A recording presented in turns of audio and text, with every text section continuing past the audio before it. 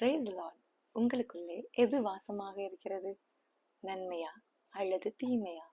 எது வாசமாக இருக்கிறது என்று இந்த நாளில் சற்று சிந்தித்து பாருங்கள்.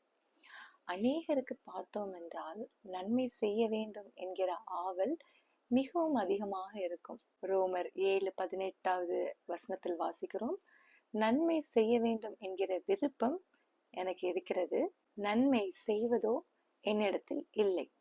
அப்படி என்றால் நன்மை செய்ய வேண்டும் என்கிற வாஞ்சை இருக்கிறதை நாம் பார்க்க முடிகிறது.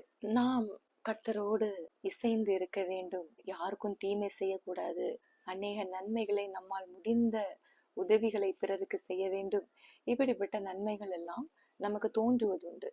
ஆனால் குறிப்பாக கர்த்தருடைய உறவில் கூட நமக்கு ஏன் கர்த்தரோடு இசைந்து இருக்க முடியவில்லை என்றால், நன்மைக்கு மாறான தீமை நம்முடைய இருதயங்களில் காணப்படுவதால் மாத்திரமே கர்த்தரோடு இருக்கிற உறவில் நாம் இசைந்து இருக்க முடியாமல் போகிறது. அந்த தீமை எப்படி வருகிறது என்று நாம் பார்த்தோம் என்றால், பாவமே அந்த தீமைக்கு காரணமாக இருக்கிறது. நன்மை செய்ய முடியாமல் இருக்கிறதுக்கு காரணம் பாவம். அந்த பாவம் எது என்று நாம் அறிந்து அந்த பாவங்களை நாம் அறிக்கையிட வேண்டும். கர்த்தருடைய வேதம் சொல்கிறது, தன் பாவங்களை மறைக்கிறவன் வாழ்வடைய மாட்டான், அவைகளை அறிக்கை செய்து விட்டு விடுகிறவன் எவனோ இரக்கம் பெறுவான் என்று கர்த்தருடைய வேதம் சொல்கிறது.